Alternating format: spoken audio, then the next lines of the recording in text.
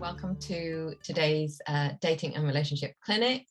And you probably know who I am, but just in case, if you're watching on recording and you don't, Catherine Baldwin is my name, and I am a love, dating and relationships coach.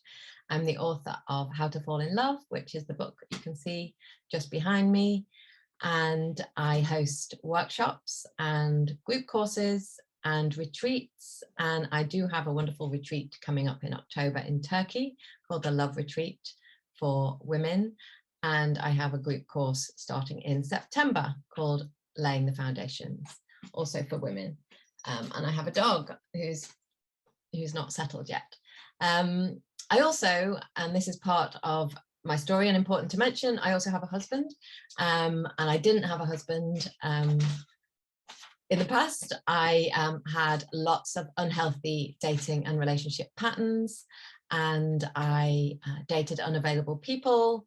I ran away from available people. I was single for many years, and there's nothing wrong with being single. I had some wonderful single years, but in my case, there came a point when I didn't want to be single anymore. I wanted to share my life with someone. So I went on a journey and I changed my relationship patterns and I found love. And that's what I help my clients with. I have clients who have got engaged. I have clients who have got married. I have clients who started living with their partners. And I have clients who've changed their careers and changed their lives. So the results are always very different. So I'm going to start with a question from one of you, which came in just before we started the recording, and it's one that many people will relate to. How do you maintain your enthusiasm when you are dating? And I just want to say well done to the questioner who had been on 5 dates in over the last year, which is fantastic. How do you keep going when dating feels a bit like a drudge? So I'm sure lots of people relate to that question. And if you have any ideas or suggestions, then pop them in the chat, because we all support each other. And some of you will be dating right now, and obviously I am not. So I guess one thing I would say is to mix it up. And I often say to people, if online has become a drudge, and if you are going online but not feeling enthusiastic or particularly interested, then I would take a break. There's absolutely nothing wrong with taking a break. I think it's healthy sometimes to step back and say, for the next month, I'm going to focus on meeting people in a different way, or I'm just going to focus on loving my life and enjoying my life. So that's something that you could do. You could take a break from dating and you could step back. And also you could mix it up. I know that you know this, but often it's hard to follow through. So in what ways in your life can you expand your social circles, meet more people? Are there people in your life who you trust, who you could tell that you are looking for love? Do they know? And I know that that can bring up some shame and embarrassment in us, but if you have trusted friends and you can ask them if they know anyone, or if they have any ideas where you might meet somebody. So I think the thing with a lot of the women I work with are so independent, self-sufficient. One of my coaching clients yesterday, we were talking about this, the idea of asking for help made her skin crawl. And we've been strong and we've been successful. So one of the things in my courses is about softening. And one of the ways in which we soften is we ask for help and we share our vulnerabilities. So are there people in your life with whom you could just share where you're at?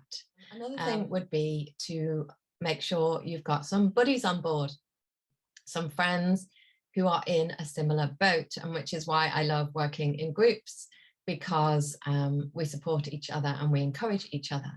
So how can you get some buddies on board to perhaps help you refresh your profile? And again, asking for help in this way can really freak us out. So if you're someone who struggles to ask for help, and if the idea of asking friends to input into your profile fills you with dread, then just comment in the chat, so I know that you can relate to that.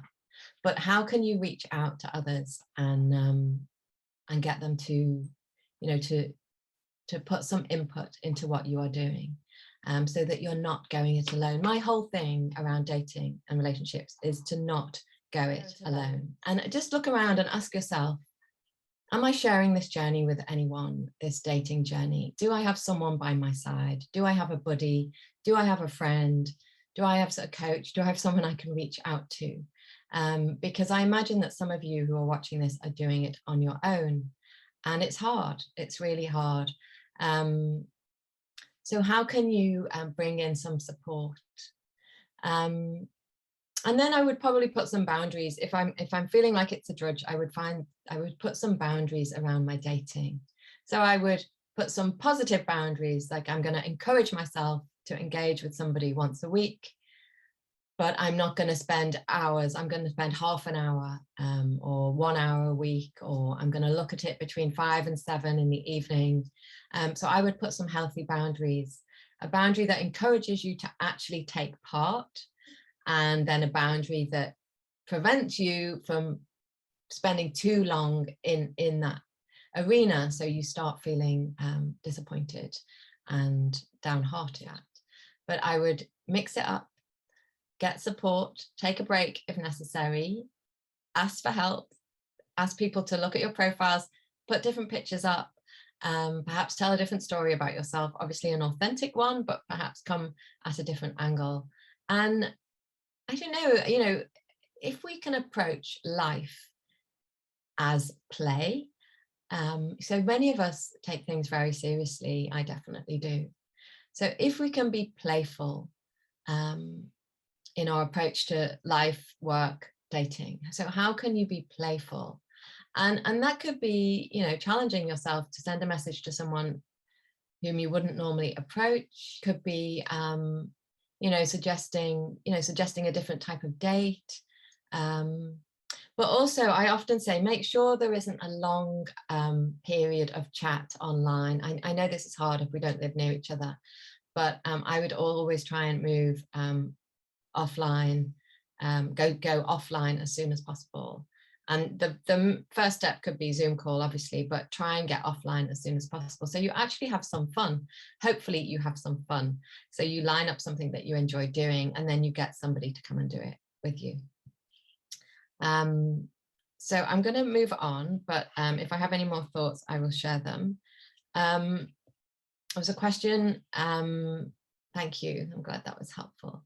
There was a question that came in by email ahead of time. How can I tell when a man or a person is genuinely liking me, is genuinely interested in me, and wants to pursue something with me?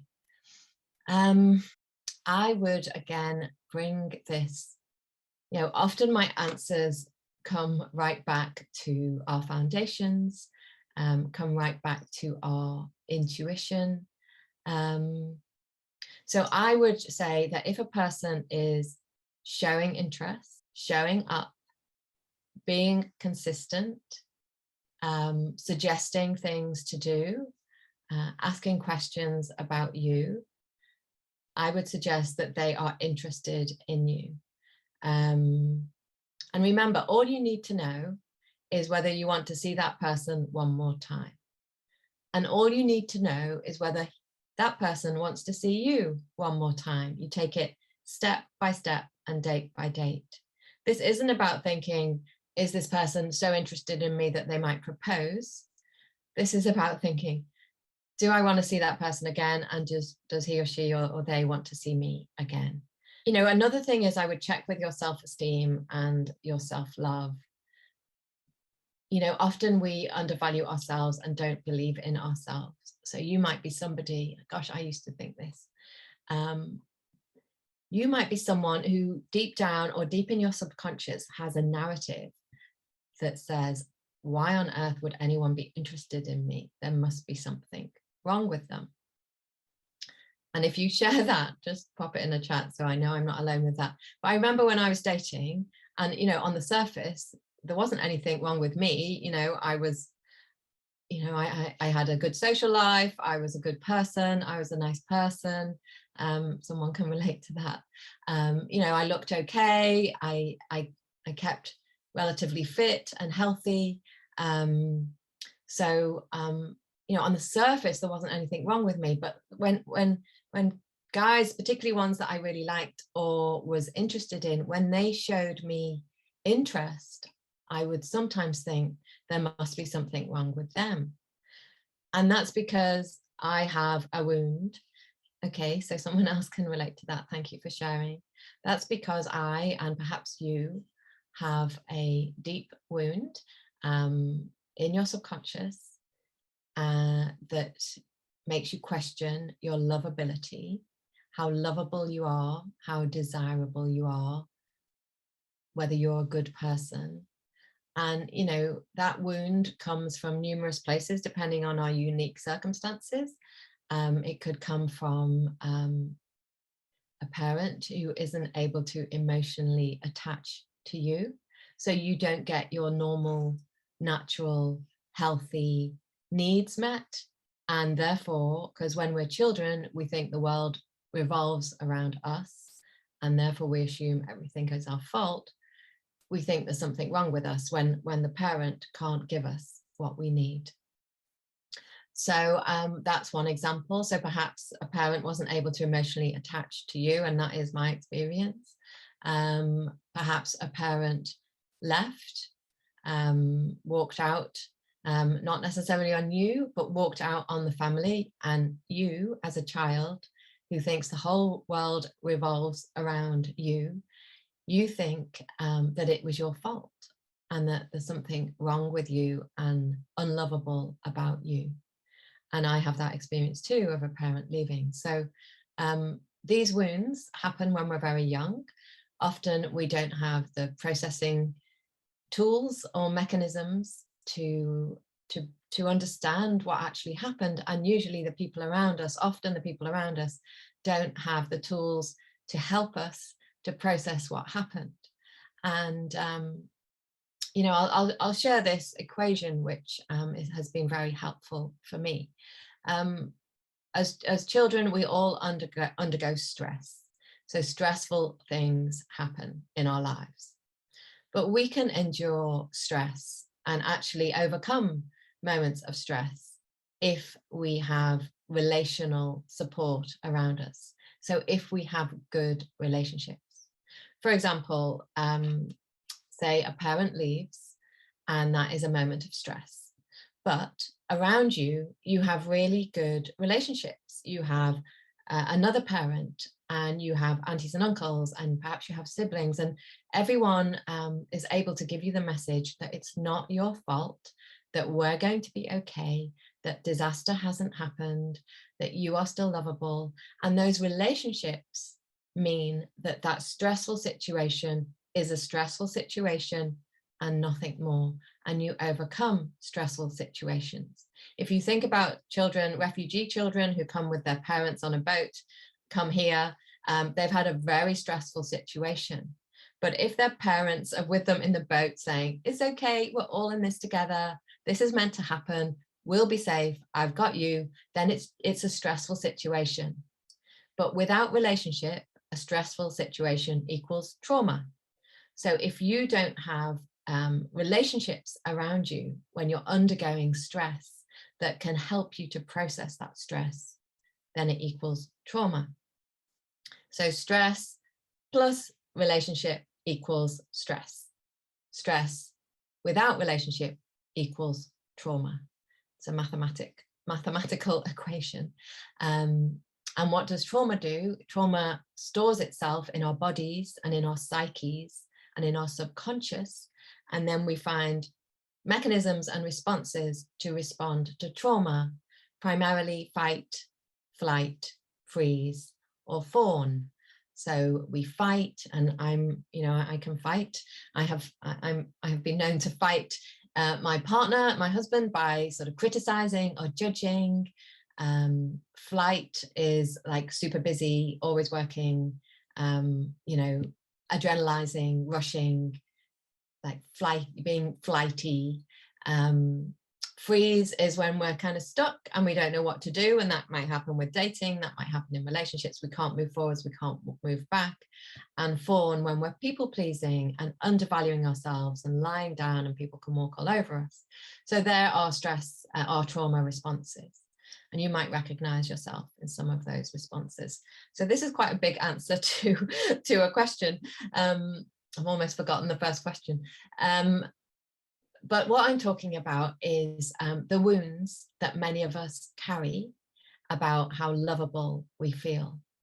So if you are someone who thinks when someone nice, attractive, finds you attractive, fancies you, you think there must be something wrong with that person because I am not lovable, then that means you have a wound, a wound around your self-worth and lovability, possibly comes from trauma, deserves relational support to help you to process that.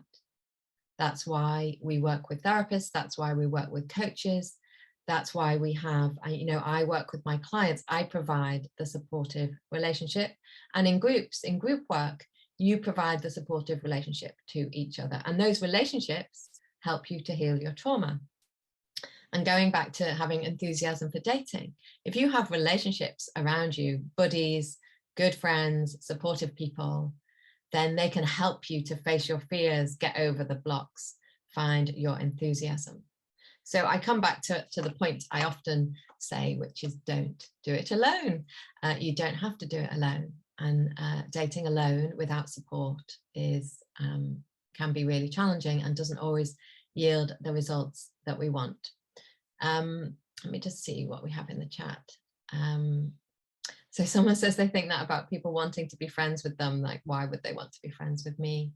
So that's a deep self-worth wound, and I really hear you and have a lot of compassion, and I hope you can have a lot of compassion for the little girl who thinks that and feels that. And the other thing related to this wound that we do is we're left with a hole, a craving, and we're desperate for love, and we want to be in relationship because we want to heal that wound.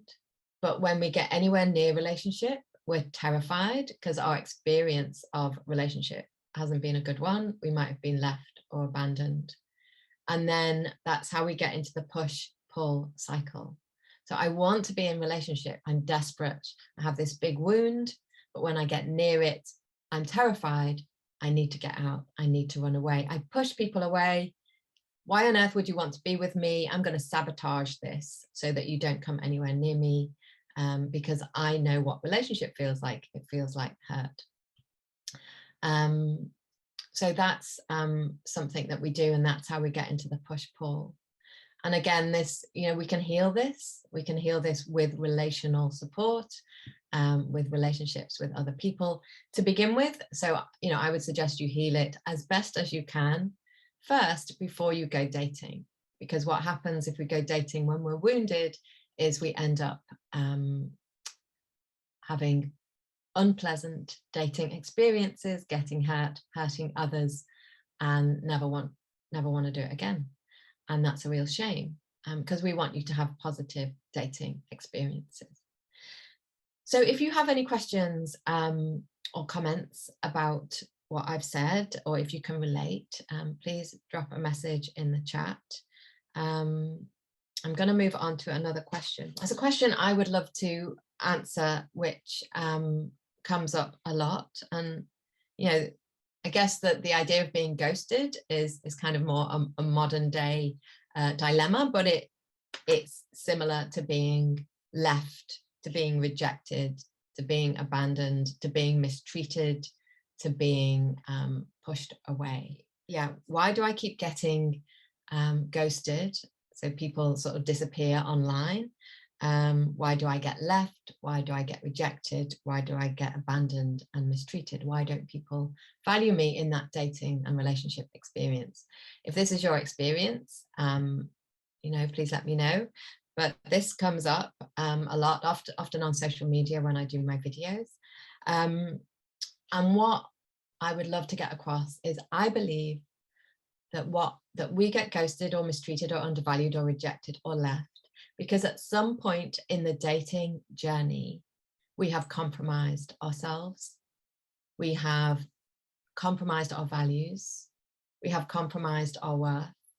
We have undervalued ourselves. This could be going right back to the dating app or website that you choose. Perhaps your instinct is like, I don't really want to be on this app, but I'm going to do it anyway. So I'm going to compromise what I truly believe. It could be when the messaging starts and someone says something a bit unpleasant or a bit rude or a bit forward, and you don't like it and you don't feel good, but you continue and you compromise yourself and your values.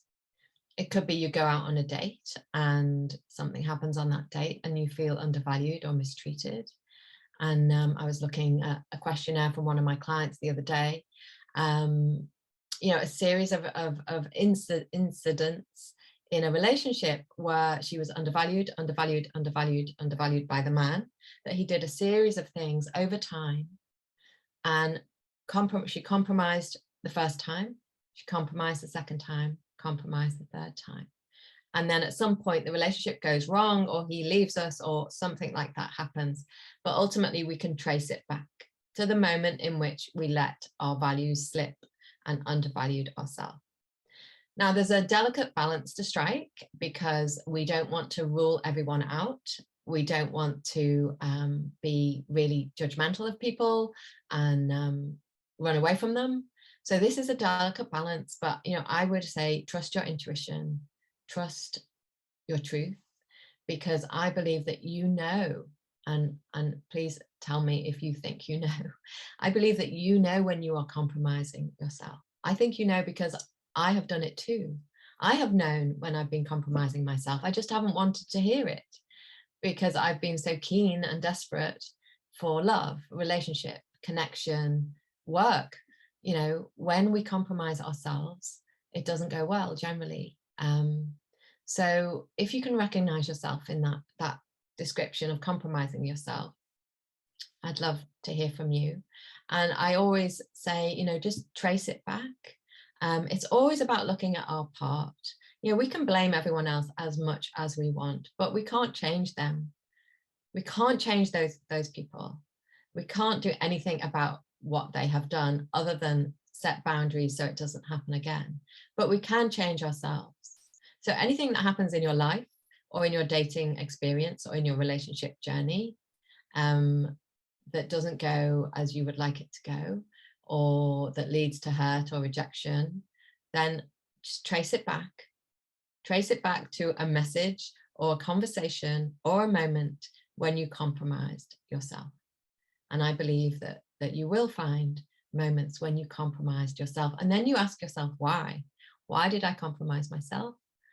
Well, because I really want to be loved. I don't believe I deserve any better. I don't think I'm lovable.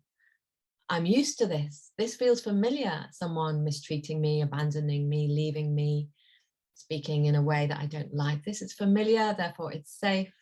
So I'll compromise myself. It feels normal. And what we want to do is create a new normal where you don't compromise your values, where you are open and not rigid and not judgmental, but where you give people a chance, but you don't give people a chance if your intuition is telling you that this person isn't right for you. And then that brings it back to the whole question of, is it my intuition or is it my fear? And I won't go down that road right now because I have done other webinars on that question, but that's something that you also need to bear in mind. Is it my intuition or is it my fear? And I have lots of people in my life who support me, and I often get on the phone to them and I say, I don't know what to do. I'm in this conversation with someone, or I'm negotiating this work situation with someone. I don't know what to do. And all the people in my life tell me, yes, you do. Yes, you do, Catherine. You do know what to do. It's just, I don't trust myself. I don't trust my intuition.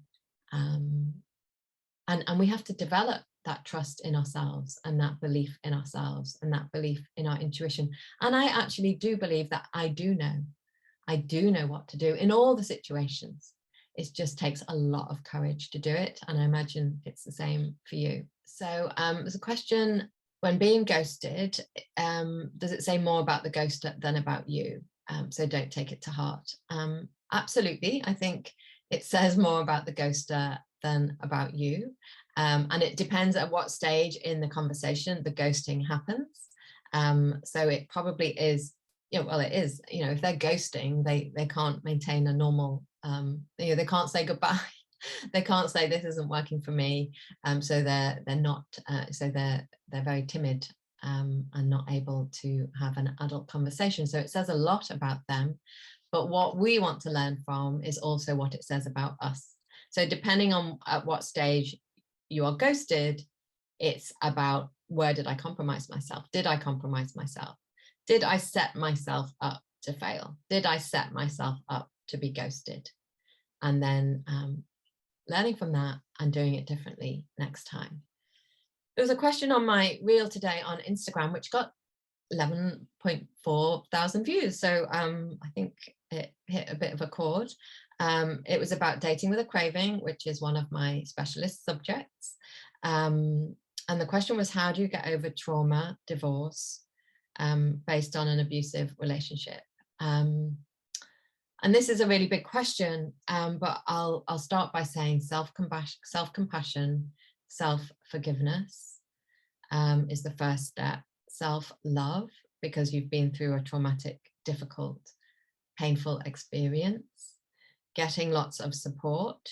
And then when you're ready, learning from that experience. So what took us into an abusive relationship? What deep need or deep craving led us to override our intuition, that sense of inner knowing? What led us to override that and lead us into an unhealthy relationship? How many times did we ignore our intuition and overstep our boundaries and not stand up for ourselves? So that is the learning portion. And I think there's a combination of grieving, self-forgiveness, self-compassion, and then there's the self-awareness stage. How did I, and as I've said, we can look at the person who mistreated us and we can look at them and think, well, they are all these things and it's their fault. And it is partly their fault. In many ways, it's their fault. But we have a part to play because we ended up in that relationship. And I say that with huge compassion because I have been in unhealthy relationships too. We chose them, or we were drawn into them because we really wanted to be loved, and perhaps we hadn't dealt with the craving enough, with the deep, deep need. And I did a video from last week's clinic about, and it's on my Instagram today, about turning the volume down on the craving, on the deep unmet need, by meeting it yourself as best as you can and by getting lots of healthy support around you to help you to meet the craving. If you have any other questions, please pop them in the chat. And I am just gonna, I did this last time and you might have already seen some of it, but I'm really feeling this right now, and it feels like it's very relevant to a lot of the people that I am coaching. And it's about building your foundations and protecting your heart. So I'm going to draw your heart. This is your heart. And here's somebody who you might be interested in. Now, your heart, from what we've talked about from our past, from our early life relationships, it's got some wounds in it and it's got some holes in it, speaking metaphorically, but it's got some holes in it.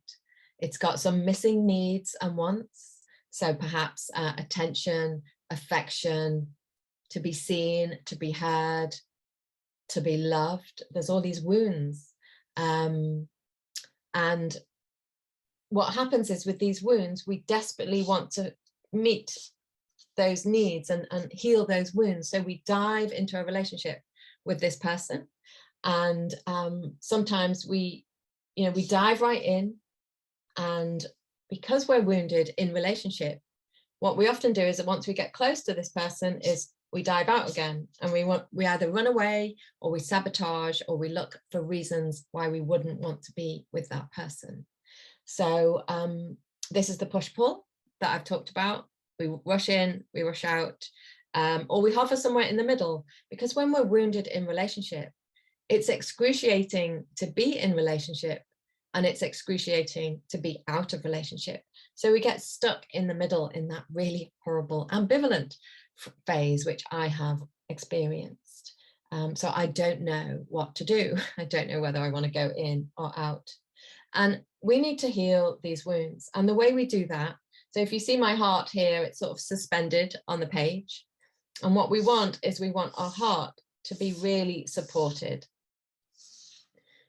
So I've drawn some lines underneath, and these are your supports. These are your healthy foundations. And, just to list some of the healthy foundations: connection to self, self-worth, self-esteem, emotional resilience, self-awareness, awareness of your fears, awareness of your patterns, awareness of your wounds. The ability with support to change those patterns, so you understand them, you get support, you change them. Letting go of past patterns, of past relationships, of exes, so that you have a clear slate. So you want all these things in place. And if you have these foundations, what happens to your heart is it gets really well supported. It has support around it.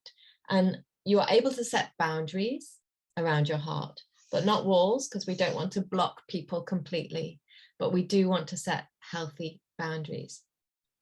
So support is what you need. Foundations are what you need. And I'm going all out right now for this because I feel really passionate about it, because every question that comes in, the answer is similar. Build your foundations first. Build your foundations first. And I have another workshop that I'm going to be hosting on Tuesday the 6th in the evening around building your foundations first. So I'll tell you more about that in a minute. In the meantime, I'm just going to share something about my approach, this foundations first approach, which I think will help you. So some of you might have seen this on my last webinar, but this is my foundations first approach. To date with courage, clarity, and confidence, which is what we want, we first lay our foundations. So imagine dating with confidence.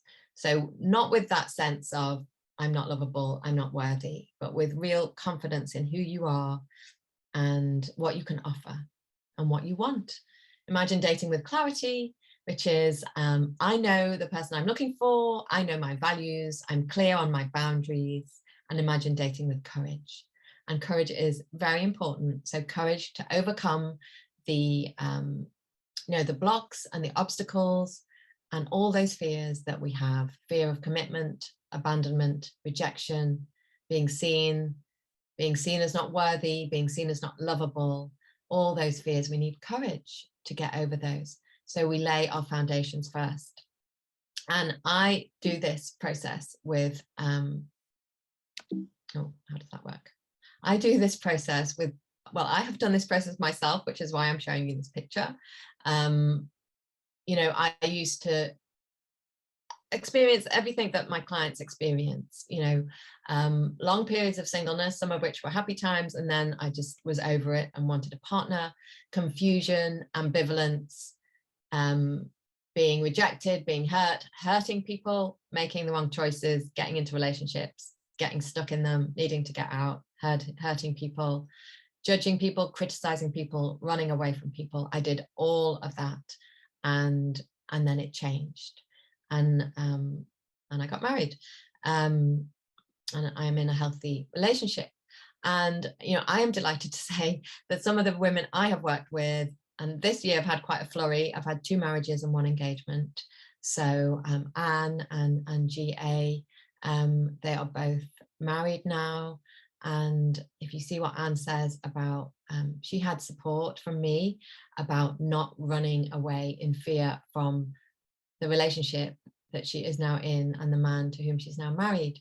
So imagine if you are dating someone and you really love them, but your fear is sabotaging that relationship. So if Anne had listened to that fear, she wouldn't be married today. And, you know, the photos of her wedding were so amazing. And the same with the second person there. You know, we talked about her judgment and her criticism of the person. Is he enough? Maybe he's not what I'm looking for. What will my friends think? And she's now delighted and married. And marriage doesn't need to be your goal. I think healthy dating is the goal. And this is another client of mine who took my Laying the Foundations course and did some one-to-one coaching with me. And she recently got engaged. And if you just read that quote, I dated with far greater awareness, and I'm now in the early months of a relationship. So that was back then. Recently got engaged. It was like running a race, having had a coach show me how to run effectively, encouraging me to put in the training, and with a bunch of people cheering me on from the sidelines, picking me up when I tripped. And I have another lady who married, who did one of my courses and also my wonderful retreat in Turkey, which is coming up in October. And you know, it's just such a pleasure to get these comments from people and to see that, you know, the work that I do has impacted people. So if you would like support, so my thing is lay your foundations first, and so that you can date with courage, clarity, and confidence, and don't go it alone. And that is my thing. That's how I work. That's what I am passionate about. And, you know, the foundations first is an approach. It's a formula. It's worked for many people. And, you know, I'm really passionate about that. And if you join me on Tuesday, the 6th of September, I'll tell you more about that. And you can also take a look at my How to Fall in Love Laying the Foundations group program, which starts on September the 12th. So you could come along on September the 6th and hear more about how this works, or you could get in touch beforehand. And for remaining three people who join, I am offering a complimentary coaching call for the next three people. So you can see there that is a valuable addition, a bonus, and you know, I'd love to support you through that. These are a couple more comments from people who have taken my courses. So Alice, really wonderful client, and she's in a really happy and healthy relationship now. And Joyce, whose life has completely transformed in many, many ways. And you can read those comments there. And I just want to show you as well, you know, I talk a lot about support and not going it alone. And that's why I love building group courses and group retreats. And this is a photo from my last Turkey retreat. We'll be going back in this October, the 15th. And I have some places left, and I have some bonuses that I can offer you. So I'd love you to get in touch about that. The retreat package starts at £875, and then you can ask me about bonuses. And you don't have to cover yourself in mud or dive into a lake in the moonlight, but that is available if you would like that option on the retreat. So remember to date with courage, clarity, and confidence, lay your foundations first, and gather support. So I'm going to put some links in the chat for those of you who are watching live. And I'm going to take some more questions now, if you have any, and if not, I will switch the recording off and we will have a little chat. There's a question about shorter retreats. Yes, I do shorter retreats. So I do retreats in Dorset over a weekend, and I will be having one in early 2023. So if you're on my mailing list, you will hear about that. So the Love Retreat in Dorset. switch the recording off, say goodbye to those watching on catch up, and see you next time. Okay.